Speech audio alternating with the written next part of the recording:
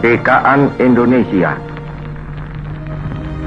Hal-hal yang mengenai pemindahan kekuasaan dan lain-lain diselenggarakan dengan cara saksama dan dalam tempo yang sesingkat-singkatnya. Jakarta, 17 Agustus 1945, atas nama bangsa Indonesia, Soekarno Hatta.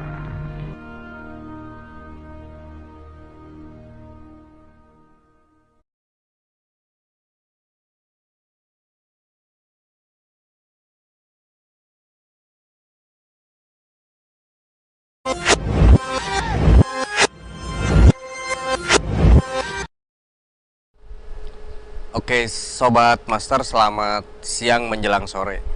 Ini suasana di kota Bandung ini, terutama di Hotel Novotel, sangat mengasihkan nih. Terutama ini ada semilir angin, kemudian ada makanan yang istimewa. Dan bincang-bincang kali ini, Sobat Master, saya akan ditemani salah satu praktisi mungkin ya, atau akademisi, saya juga bingung, karena beliau adalah sangat istimewa. Karena setelah kemarin kita kedatangan tamu yang istimewa juga, hari ini tidak kalah menarik. Salah satu dosen, betul Pak? Dosen betul. Di salah satu kampus perguruan tinggi di kota Bandung. Kita kenalan dulu dengan beliau. Selamat sore. Sore, Bang. Oke. Saya panggil Bapak, Abang, Tuan, apa? Bapak lah. Bapak ya. Bapak, silakan nih. Bapak ini akan memperkenalkan diri jauh lebih lengkap mungkin oleh Bapak sendiri. Baik, nama lengkap ya? Yes. Kalau nama lengkap itu Dr. Sahat Maruli T. Situmiang SAMH. Oke. Bisa diulangi, Pak? Dr. Sahat Maruli T. Situmiang SAMH. Oke. Cuman di dunia praktisi dan akademisi, saya biasanya dipanggil Pak Maruli aja. Pak Maruli. Pak Maruli Situmiang. Pak Maruli Situmiang, oke. Soalnya supaya Situmiangnya nggak hilang gitu kan. Gitu. Oh, berarti kalau sebentar, kalau Pak Maruli Situmiang mungkin dari Tanah Andalas juga, Pak?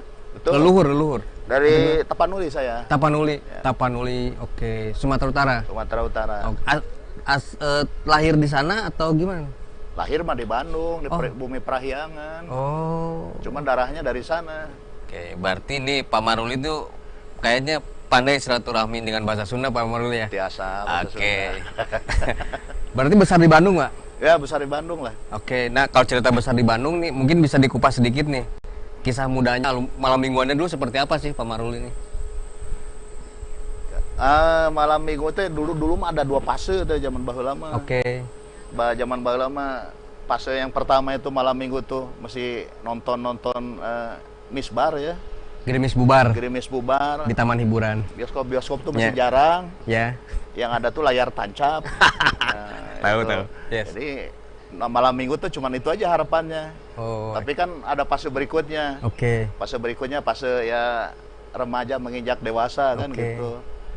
Fase ya pacaran lah kan gitu. Dinikmati seperti apa dulu? Nah, pengalaman saya pacaran itu karena saya begitu tamat sekolah itu langsung kerja. Oke, tamat sekolah di STM saya. Oh, STM, oke. Saya langsung kerja. Dan setelah kerja saya termotivasi untuk kuliah juga. Kan Oke. gitu kan. Dulu kerja di teknik berarti? Saya kerja di PTDI dulu, PT Dirgantara Indonesia. Bisa terjebak di dunia hukum seperti apa? Ya saya memang tadinya bercita-cita ngambil di teknik ya. Oke. Engineering?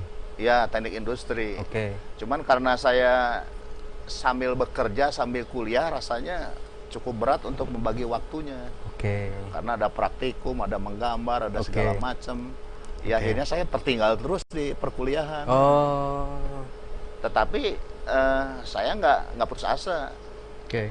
Nggak hilang motivasi. Tetap saya harus jadi sarjana. Harus jadi gitu. sarjana, oke. Akhirnya saya merubah mindset. Saya coba ambil tes di Fakultas Hukum kan gitu. Oke, ganti mindset ke Fakultas Hukum. Nah, ternyata di masa saya kerja sambil kuliah, artinya saya sudah bisa dibilang pemuda lah zaman baheula lamanya, sudah masuk pemuda kan gitu. Jadi mengisi malam minggu di fase itu teh ya malam minggu berpacaran tapi serius sambil belajar kan gitu. Serius sambil belajar. Ya, karena Oke. waktu itu sangat bermanfaat buat kita kan gitu. Gitu kan. Seiring dengan waktu, malam mingguan waktu belajar, kuliah. Terus kemudian setelah kuliah di Pasundan, berarti di Fakultas Hukum lulus. Lulus. Oke, lalu alasan kenapa masuk hukum? Eh, Padahal teknik loh dasar basicnya. basicnya teknik. Oke. Memang saya terobsesi dengan beberapa keluarga yang juga basicnya hukum ya. Oke, oke, oke. Termasuk adik bapak saya itu dulu dia komandan SPM tapi dia basic hukum. Setelah pensiun jadi pengacara, itu kita terobsesi dengan Oke. terus lihat berita-berita, enak juga jadi pengacara kan begitu kan. Jadi lingkungan Ya, yang mempropaganda betul. pemikiran Bapak untuk masuk di sana. Nah, ini menarik Sobat Master. Ternyata dari basically Pak Maruli dari teknik adalah masuk ke dunia hukum karena ada lingkungan yang membentuk karakter beliau. Sungguh. Betul. Nah, lepas dari tamat dari Fakultas Hukum masuk ke dunia aktivasi pekerjaan, apa yang diambil? Saya sebenarnya perjalanan hidup itu nggak mulus sebenarnya Pak. Oke. Jadi perjalanan hidup saya cerita nggak apa-apa ya. Nggak apa-apa. Emang ini Saya dari STM ambil Fakultas Hukum sebenarnya jadi masalah dulu. masalah. Ternyata pada saat saya masuk Fakultas Hukum dari teknik nggak masalah. Tapi pada saat saya semester 3 kan gitu. Itu ada peraturan Menteri Pendidikan yang baru yang ambil Fakultas Hukum itu harus IPS zaman baheula mah kan gitu. Oh ya, Sosial, ya kan. IPS. SMA. Ya IPS. Nah, saya nggak mau gagal kedua kalinya. Masa saya ambil teknik gagal, ambil hukum lagi gagal. Ya saya cari satu terobosan ya dengan beberapa saran dari keluarga, dari teman kan gitu. Ya saya akhirnya jadi ikut sekolah SMA, Pak. Oh jadi SMA Ikut SMA lagi. persamaan bukan? Zaman dulu nggak ada Oh persamaan. nggak ada persamaan, oke. Jadi benar-benar ikut SMA, cuma kalau zaman dulu ada SMA pagi dan ada SMA siang Siang lah. ya. Nah, saya ikut SMA siang, ya memang ada beberapa kelasnya tuh termasuk ada karyawan. Oh ya. Tapi sekolahnya formal 3 Betul, tahun. betul. Nah, disitulah memang saya dituntut bagaimana mensiasati waktu kan gitu. Cuman keuntungannya dulu pada saat saya kerja di PTDI kan dulu ada 3 shift.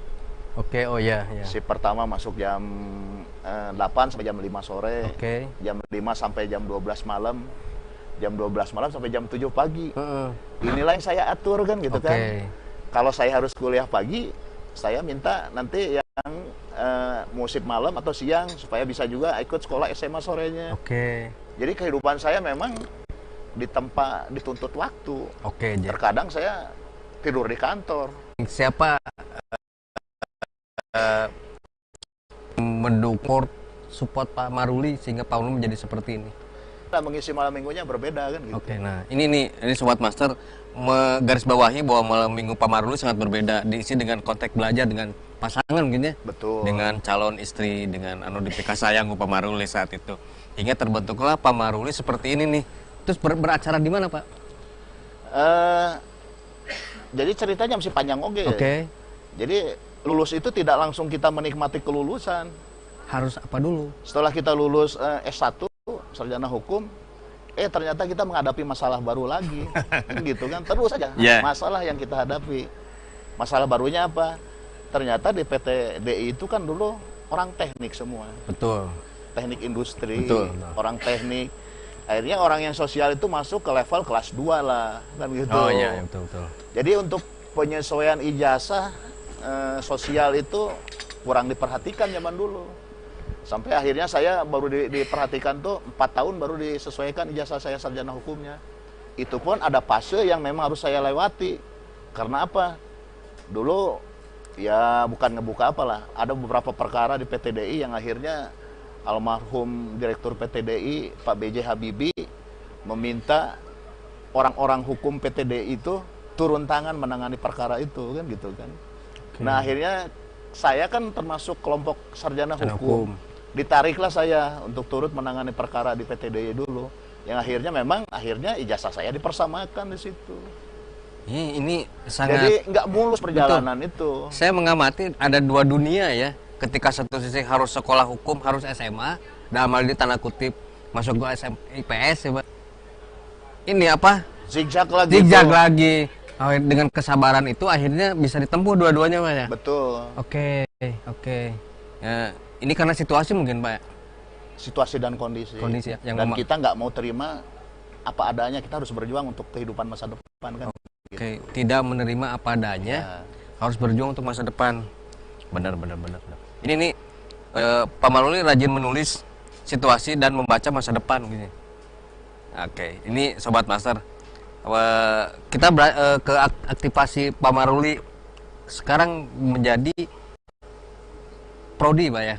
Betul. Di Unik, aktivitas di bagian apa Fakultas Hukum Pak ya? Ya, prodi ilmu hukum. Prodi Fakultas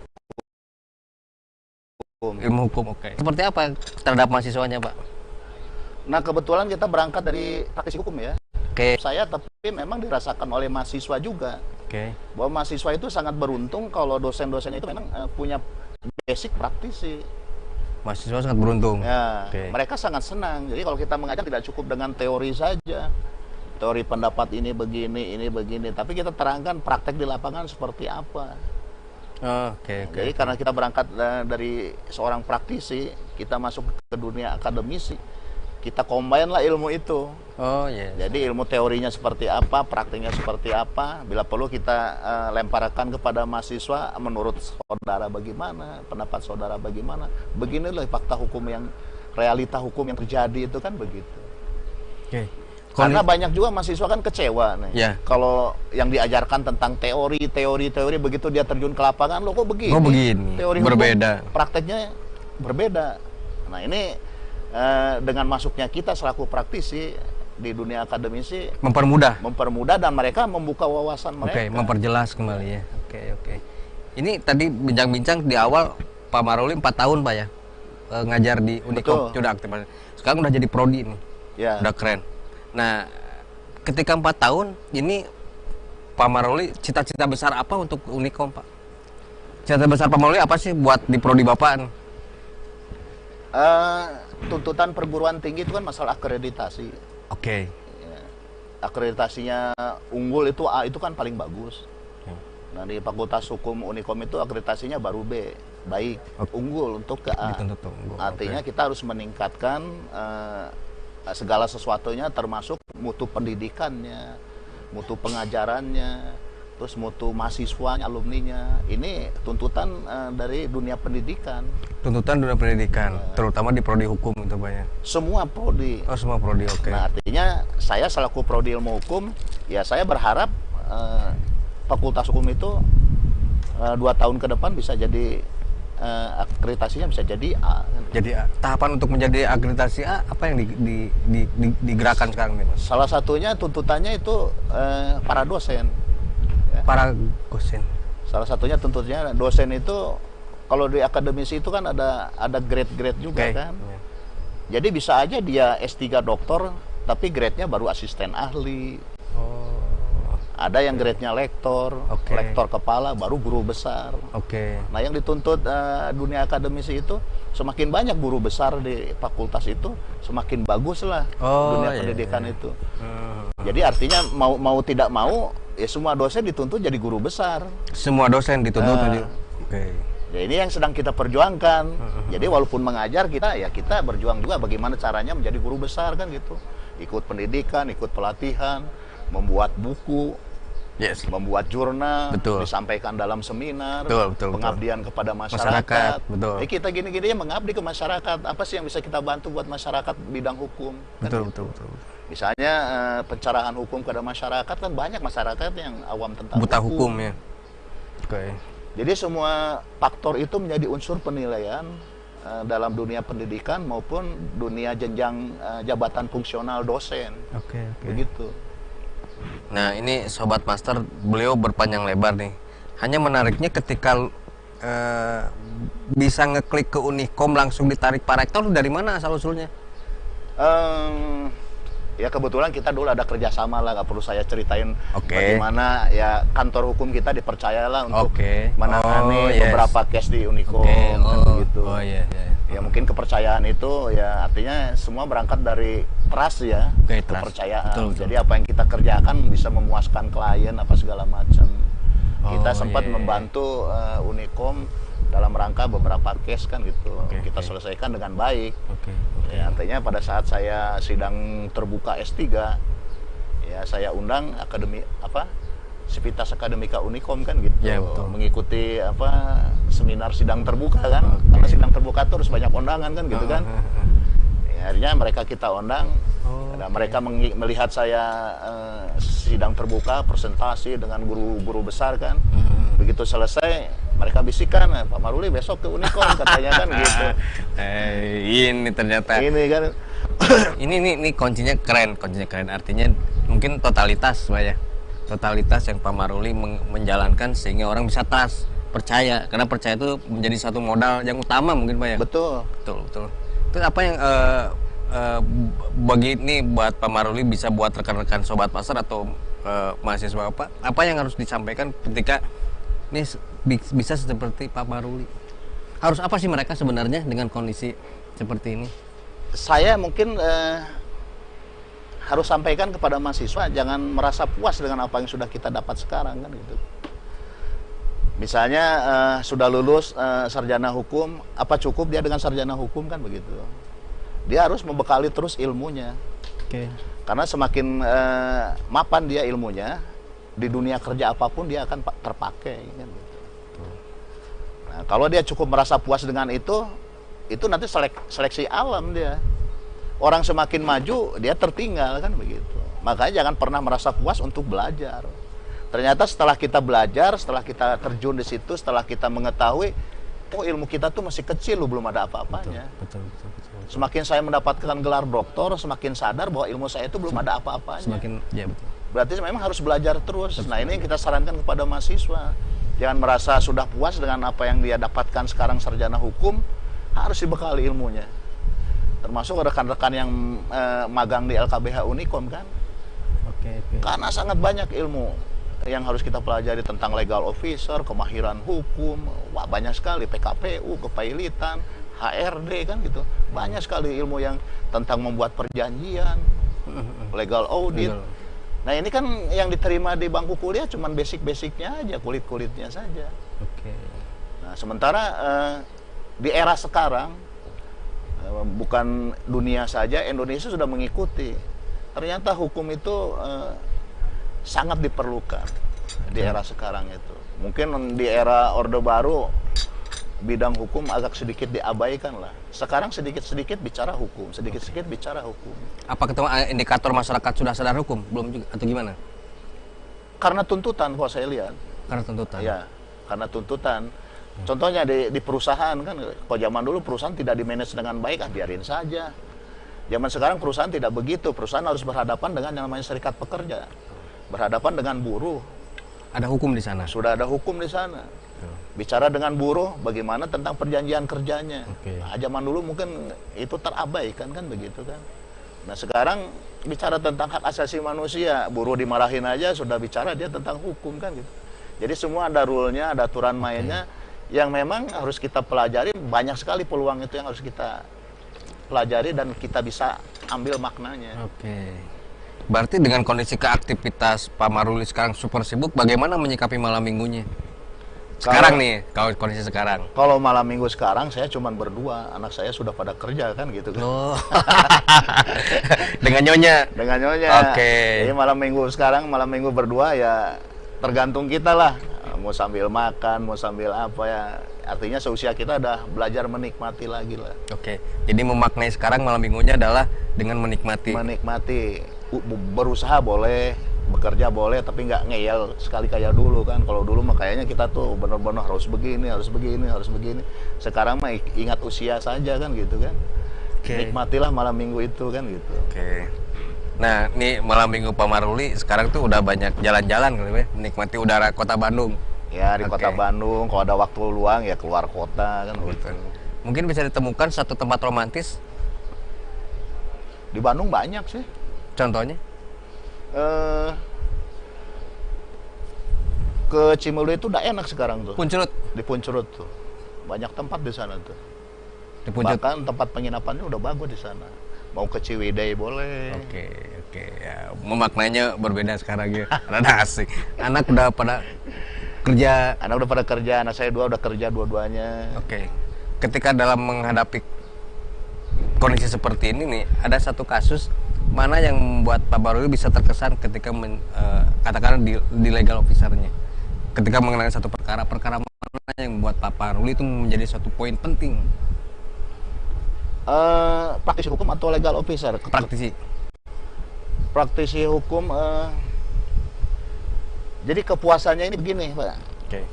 Jadi terkadang jadi seorang praktisi itu kepuasannya juga nggak diukur dengan materi. Ya? Betul, setuju. Nggak diukur dengan waktu. Betul. Tapi ada kalanya kepuasan itu materinya tidak ada, tapi memberikan makna kepada klien yang kita bantu. Oke.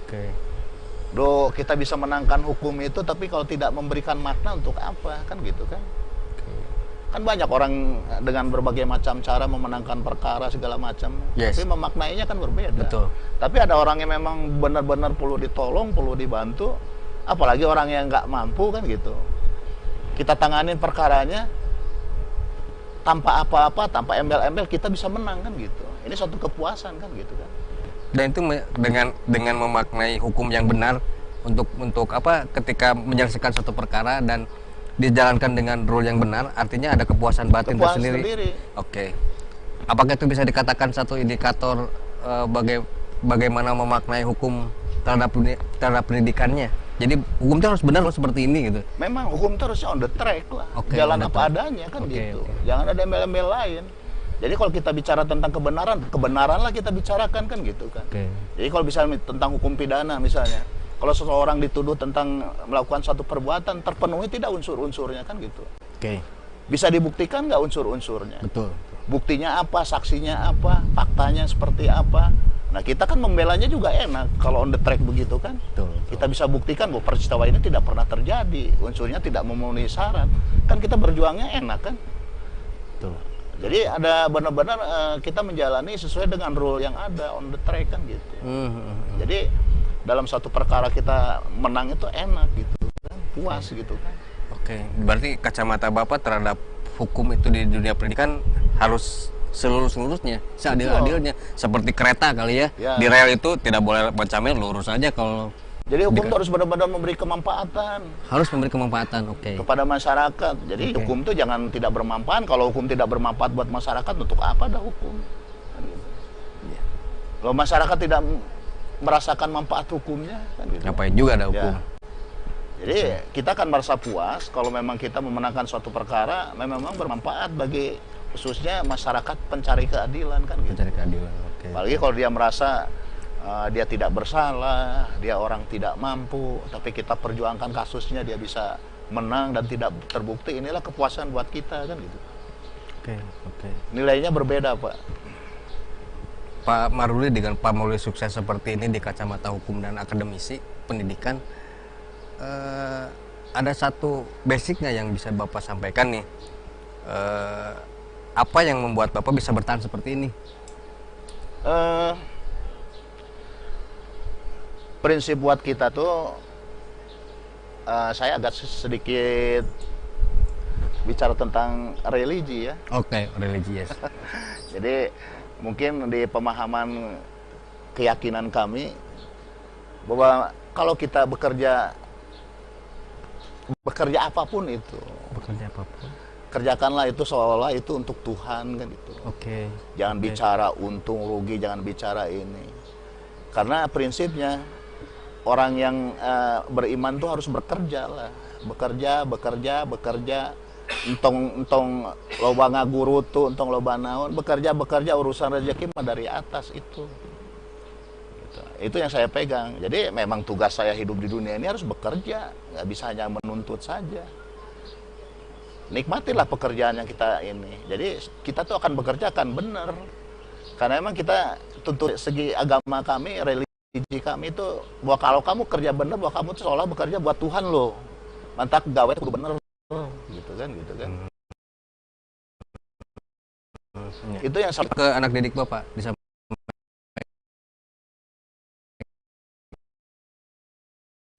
Oh iya, dengan programnya kerja Kerja memang gitu. harus kerja lah. Oke. Mau gimana kita maju kalau kita nggak kerja kan gitu. Mungkin Oke. itu pendapat saya kalau terkait apa. Ini satu statement yang sangat istimewa. Jadi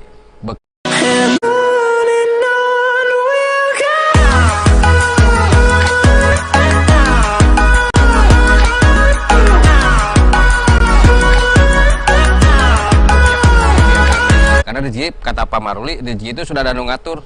Ingat bro, sudah ada yang ngatur. Berusaha dan bekerjalah tugas kita ya Pak ya. Contohnya apa ya, banting tulang akhirnya 24 jam orang encan air rezeki nama.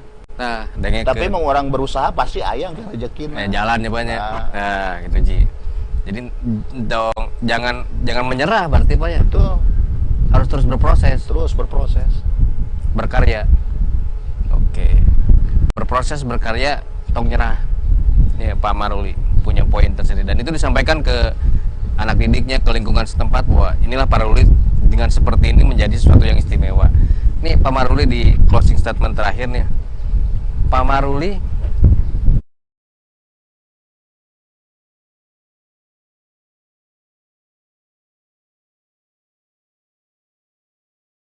dengan pacaran dengan belajar sekarang sudah menikmati. Nah, berarti sekarang sudah tidak menikmati malam minggu seperti dulu dan sudah menjadi alumni kali ya? Masih juga Pak. Oh, Karena masih? saya terjun di akademisi masih ya tugas mah. Tapi makanya saya bilang nikmati. Mungkin orang kaget kalau saya bisa jadi. Ya, nah, kar itu teh gininya sama pada berdasar ruhnya sama, hanya gaya yang membedakan. Betul. Oke. Tapi kalau Bapak hari ini saya berbicara seorang akademi sih Pak. Akademi pendidikan maksudnya, bukan seorang praktisi hukum. Berbeda dari ininya. Oke, Pak bisa di closing statement ku bahasa Sunda bahwa hari ini Sobat Master kita di closing statementnya akan disampaikan oleh Pak Maruli. Saya Kang Budi Langit ditemani oleh Pak Maruli akan menyampaikan closing statement. Ditutup Pak ku Bapak ku bahasa Sunda alumni malam minggunya. Hatur nuhun. Nah, denger ini. Atas kesempatannya. Asik. Saya sampaikan, abdi nyampaikan ya bahwa sepados pengen maju mah memang harus ada usaha kerja keras, tekengin putus asa kan gitu. Jadi tadi memaknai bermanfaat dan memberikan motivasi. Jadi tetap semangat, sukses, jangan putus asa. Oke, keren sekali. Pak Maruli dari tanah seberang, dari tanah Andalas menyampaikan bahasa Sunda. Jadi bener, Bhinneka Tunggal Ika teh aya. Lain Bhinneka Tunggal Teungel nya banyak bukan. Jangan. Oke, tolongnya. Sobat Master, tidak terasa di penghujung waktu saya berakhir. Sebenarnya saya ingin panjang lebar Pak mengenai akademisi karena dan cerita hukum karena sangat seru ceritanya. Tapi waktu juga narasumber sudah lain pada hadir.